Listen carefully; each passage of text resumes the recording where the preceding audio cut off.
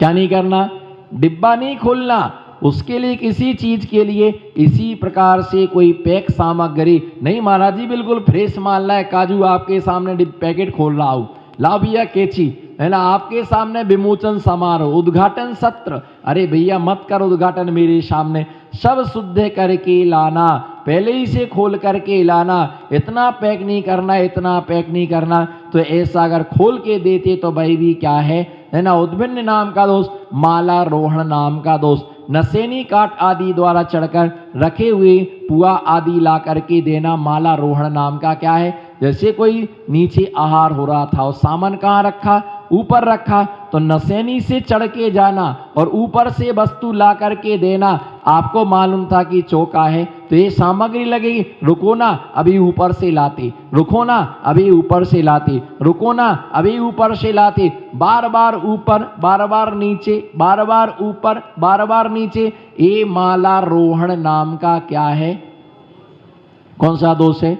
ये माला रोहण नाम का दोष है। बार बार भीतर, बार बार अंदर, बार बार भीतर, बार बार अंदर, ऐसी क्रिया करने से क्यों निषेध किया? मान लो किसी ने कहा मालपुआ लाओ और ऊपर चढ़े, जल्दी लाओ जल्दी लाओ, पता चला कि नसेनी खिसक गई, नसेनी खिसक गई। कई बार जल्दी जल्दी काम में सिड्डी से गिर जाते हैं, लग जाता है कई बार, तो ऐसे थोड़ा सा शांति रखना चाहिए। बोलो, थोड़ी सी शांति रखना चाहिए, भड़बड़ नहीं करना एकदम हर काम में जल्दी जल्दी जल्दी जल्दी। पहले से आपको मालूम है कि ऐसी व्यवस्था है तो पहले से पूरी व्यवस्था जमा करके रखना, जिससे एन टाइम पर क्या ना हो, परेशानी ना हो। तो इसी प्रकार से क्या दिया है कि ऐसी जो ऊपर से ला करके नीचे देना, नीचे से ऊपर, तो जल्दी जल्दी में क्या है नसेनी गिर जाए, कुछ भी हो सकता है, इसलिए निषेध किया है। इसके लिए कहा गया है माला रोहण नाम का दोष। कौन सा? मालारोहण नाम का दोष कहा गया है। अंत में दिया अच्छेद्य नाम का दोष, संयत को भिक्षा के लिए देखकर राजा चोर आदि से डर जो उन्हें आहार देता है, उसका नाम अच्छेद्य नाम का दोष। जैसे मान लो किसी को डर लगता है, क्या? डर करके आहार देना। बोलो क्या? डर करके आहार देना। क्यों? जैसे मान लो हमारे ससुर को पता ना चल जाए, हमारे पति को पता ना चल जाए, तुम कहना मत, हमारी पत्नी को पता ना चल जाए, राजा को पता ना चल जाए, डर डर करके जो आहार दिया जाता है उसका नाम क्या है? अच्छेद नाम का वो दोष कहलाता। अरे अच्छे काम में डर किस चीज का? बोलो, अच्छे काम में, अच्छे काम में डर किस चीज का है ना। इसलिए क्या हुआ कि जो राजा उग्रसेन था, कौन? राजा उग्रसेन था, तो वशिष्ठ नाम के महामुनिराज नगर में आहारचर्या को आए। कौन आए? वशिष्ठ नाम के महामुनिराज नगर में आहारचर्या को जब आए तो राजा उग्रसेन ने पूरे नगर में ये समाचार भिजवा दिया, पूरे नगर में सूचना दे दी कि मुनिराज जब जब भी राज मंदिर में आहारचर्या के लिए आएंगे, इन्हें कोई चौका नहीं लगाएगा, मैं ही चौका लगाऊंगा। वो मुनिराज मासोपवासी थे। क्या थे वो? एक एक महीने के उपवास कर रहे थे। तो जैसे जब जब वो मुनिराज आहारचर्या को जब पहली बार आए तो उग्रसेन राजा किसी चिंता में व्यस्त थे, तो मुनिराज को आहार नहीं दे पाए, मुनिराज का आहार नहीं हो पाया। और वो वापिस चले गए एक महीने के उपवास लेकर के। जब दूसरी बार आहारचर्या को आए तो हाथी विचक गया, तो अभी आहार नहीं दे पाए, एक महीने के उपवास लेके पुनः चले गए। चौथी बार, तीसरी बार फिर आहारचर्या को आए तो नगर में क्या हो गई? आग लग गई। और जब नगर में आग लगी तो भी राजा आहार नहीं दे पाया।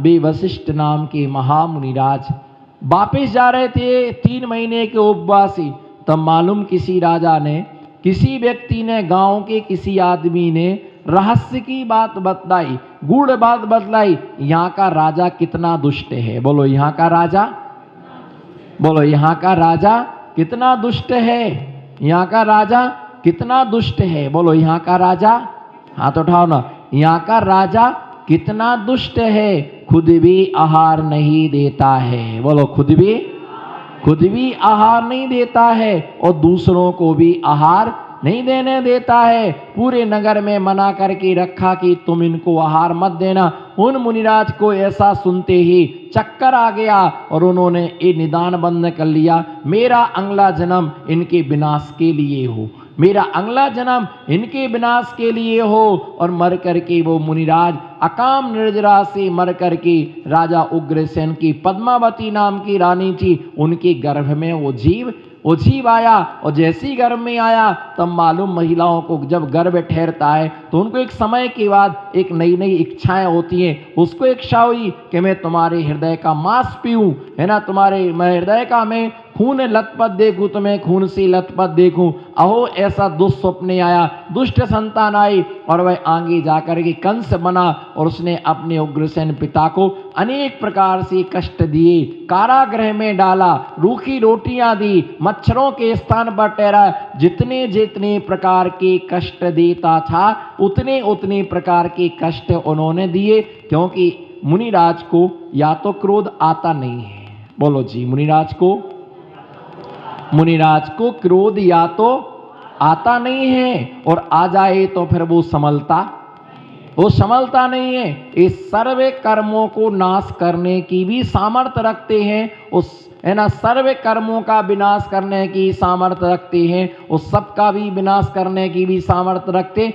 जब सबका विनाश करते हैं तो खुद का भी क्या कर लेते हैं, खुद का भी विनाश कर लेते हैं, खुद का भी सब अस्तित्व समाप्त कर लेते हैं। और वो निदान करके उनका कंस नाम का पुत्र बना, उग्रसेन के लिए अनेक प्रकार के कष्ट दिए, पूर्व काय बैर। इसलिए भैया हम चौका नहीं कर सकते, कोई बात नहीं, तुम मत करो, लेकिन कोई कर रहा तो उसको मना भी, देने वाला दे रहा, लेने वाला ले रहा। तुम्हारा पेट क्यों दुख रहा, तुम परेशान क्यों हो भैया, वो बात ऐसी है, बात ऐसी है, बोलो वो बात ऐसी है। गर्भवती स्त्री का पेट देख करके बंध्या का पेट दुखने लगता है, बंध्या का गर्भवती स्त्री का पेट देख करके बंध्या स्त्री का पेट दुखने लगता है, मेरे को गर्भ क्यों नहीं ठहरा। एक आदमी ऐसा होता है करता भी नहीं है, बोलो करता भी, और किसी को करने भी नहीं देता है, उसने किया भी नहीं और दूसरे को करने भी नहीं देता है।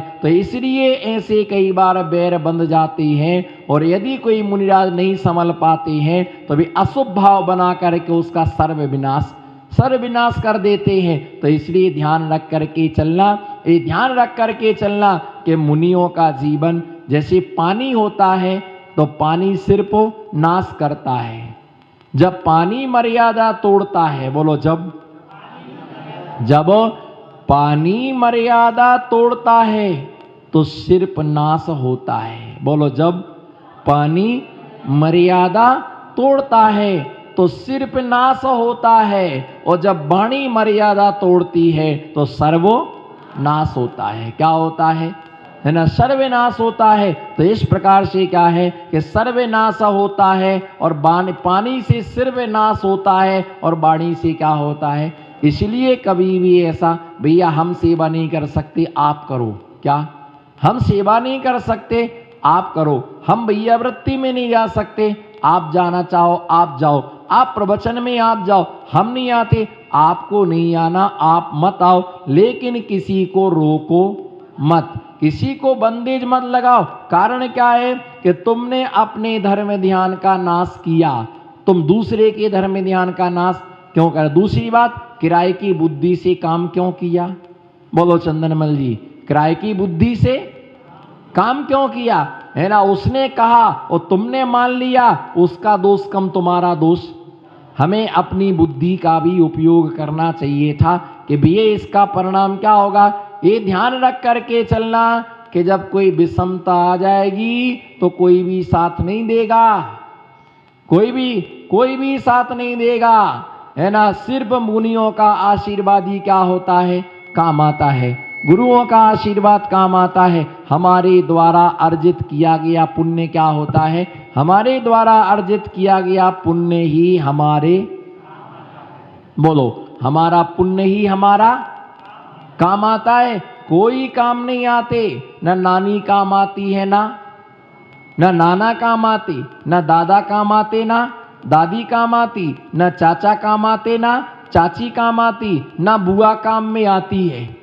कितनी अच्छी वो हट्टी कट्टी, ना बुआ काम में आती है, ना मामी काम में आती है, ना चाची काम में आती है। माता पिता भी शादी करने के बाद कह देते, भैया आप देखो अब कमाओ, हम तुम्हें जिंदगी भर थोड़ी पालते रहेंगे, देखो भैया को धंधा करो, अब तुम बड़े हो गए सियाणे हो गए, कुछ काम करो, हम कहाँ तक जिंदगी भर तुमको खिलाते रहेंगे। तो वो भी कह दे धीरे से, भैया इस छोटे से मकान में गचड़ पचड़ कैसे होगा, देखो कहीं तो किराए से, क्या किराए से रहो, कमाओ और खाओ। अरे एक समय तो ऐसा था कि माँ बचा बचा के देती थी, पर जब तक ही देती थी जब तक शादी नहीं हुई। अब एक को, दो को, है ना, 2 से 3, 3 से 4, 4 से 5, पूरी क्रिकेट की टीम तैयार हो गई। किस किस को एम्पायर बन करके 6 से बोले, किस किस को देखें, किस किस को पालें, क्या ठेका थोड़ी लिया जिंदगी भर पालें। कुछ तुम करो अपना। तो बस ऐसे ही होता है, कुछ भी काम में नहीं आता खुद का,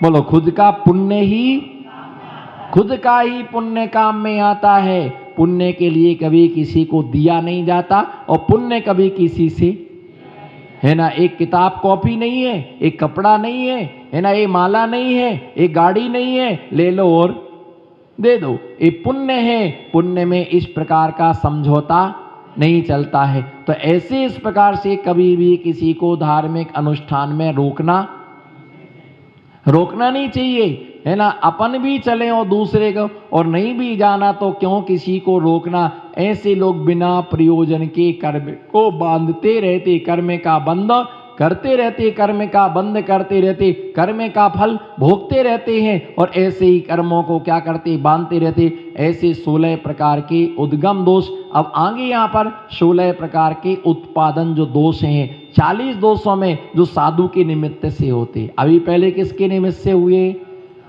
श्रावक के निमित्त से हुए, और अब किसके निमित्त से हो रहे, साधु के निमित्त से दोष होते हैं। साधु भी जिन्हें मूलाचार का ज्ञान नहीं होता है ना, उनके लिए ऐसा बताते हैं। अभी हम पढ़ रहे थे ग्रंथ में, तो कोई मुनिराज थे, और वो मुनिराज क्या कर रहे थे, कोई तपस्वी था, खोटा तप कर रहा था वो, और खोटे तप करते समय एक मुनि ने कहा कि देखो ये कितना तप कर रहे हैं, कितना उत्कृष्ट तप करते। तब मालूम उनके गुरु ने कहा इनका तप मिथ्या है, तो मिथ्या तप की प्रशंसा मत करो, मिथ्या तप की प्रशंसा मत करो। तो उन्होंने कहा मिथ्या तप कैसे, तुम्हारे बालों में असंख्यात जीव हैं, इसमें मछलियां फंसी हुई हैं, तुम पंचाग्नि तप तप रहे हो, इसमें सांप है, और जो सांप है वो तुम्हारा पिता है, तुम इस लकड़ों को मत जलाओ। तो उसने मना कर दिया। गुरु हमेशा मना करता है मिथ्या कार्यों की, न मन से, न वचन से, न काय से किंचित मात्र भी अनुमोदना।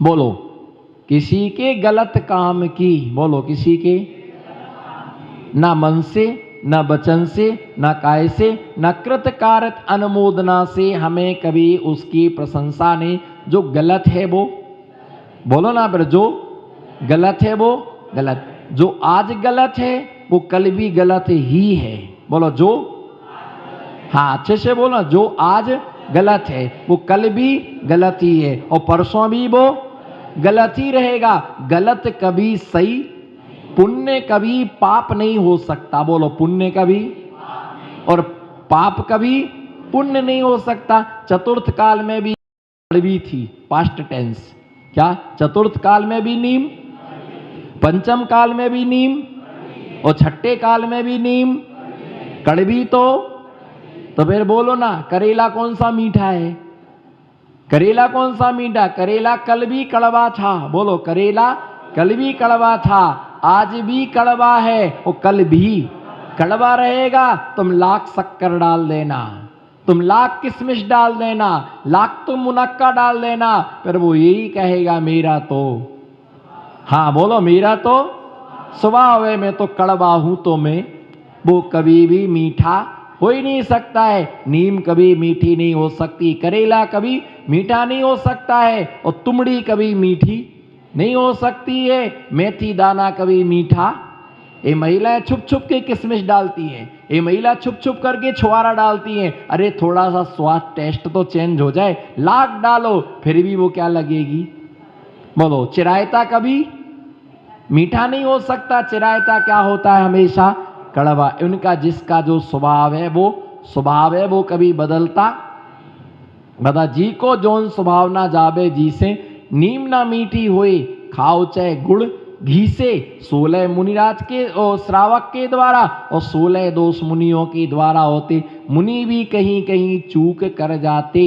संसारी हैं छदमस्त हैं, 12वें गुण स्थान तक के मुनिराजों को छदमस्त कहा गया। कहाँ तक के? 12वें गुण स्थान तक के। जब तक केवल ज्ञान नहीं हो जाता है तब तक वो छदमस्त कहलाते।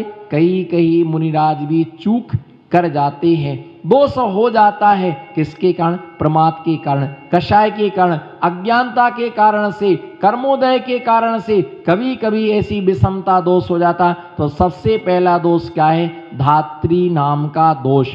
धात्री नाम का दोष, माता, धात्री का मतलब माता के समान बालकों को पालन करने वाली, है ना। माता करती है, दूध आदि पिलाती है, तिलक लगाती है, बालकों को श्रृंगारित करती है। इस प्रकार धात्री द्वारा उत्पन्न कराया गया आहार लेना धात्री दोष है। किसके द्वारा? धात्री द्वारा उत्पन्न कराया गया भोजन लेना धात्री नाम का दोष है। जैसे मान लो घर में चौका लगाया, अकेले थे, काम करने वाली बाई थी। कौन सी बाई? लच्छो बाई। हाँ, काम करने वाली लच्छो बाई थी। एक काम करो, ये तुम अनार के दाने निकाल दो। किससे निकलवाए? कौन थी? काम वाली बाई थी। वो झाड़ू लगा के आई थी, लेट बाथ साफ करके आई थी, और उसी से तुमने क्या करवा दिया? अनार दाने निकले। ये मूंगफली छीन दो काम वाली बाई को। दुकान का काम वाला आदमी था, रामू इधर आओ, ये मूंगफली छील लो। उससे काम का कौन छीले? तो ये घर में काम करने नौकर चाकर से काम कराना ये दोष है। समझ में आया गड़िया जी कि नहीं? हाँ, समझ जाओ भैया, ये मूंगफली लाया, तुम छील के रख देना। किसको दिया तुमने ये काम करने के लिए? किसको दिया तुमने? एक काम, चौके का काम नौकरों से नहीं कराया जाता है, इस सर्वेंटों का काम, ये सर्वेंटों का काम नहीं है। तो इस प्रकार से नौकरों के भरोसे, मालूम जहां नौकर काम करते, सर्वेंट काम करते करते 2 काजू अंदर दबा लेते। अब मान लो जिसको तुमने मूंगफली दी, है ना, क्योंकि अच्छे अच्छे लोगों की नीयत खराब हो जाती है। वो छील रहा था, 3 दाने निकले, अंदर डाले, 2 अंदर गए, एक उसी में गिर गया। बोलो क्या हुआ? बोलो क्या हुआ? नौकर से तुमने काम कराया, उसने ते मूंगफली चटका के, वो तो काम वाला है, कोई वो धर्मात्मा, उसको क्या मालूम किसके लिए निकाल रहे? उसको क्या मालूम सेठ जी लाए, लीली थी, अच्छी लगी, 2 दबा ली, है ना, तो 2 अंदर गई और एक ओंठ पर टच करके कहाँ आ गई? एक नीचे आ गई। इसी प्रकार से काजू शोधन करने को दिया और 3 उसने खाए और एक नीचे गिर गया। किसमें? कोई भी सामान, भैया वो नाखून पालिश लगाए, बीड़ी पीते हैं, साथ में रजनीगंधा भी खाते हैं, उनका क्या भरोसा कहाँ के कपड़े पहने कैसे? नौकर तो, बोलो नौकर तो नौकर है। ये सब काम नौकर से नहीं कराए जाते, ये काम स्वयं किए जाते।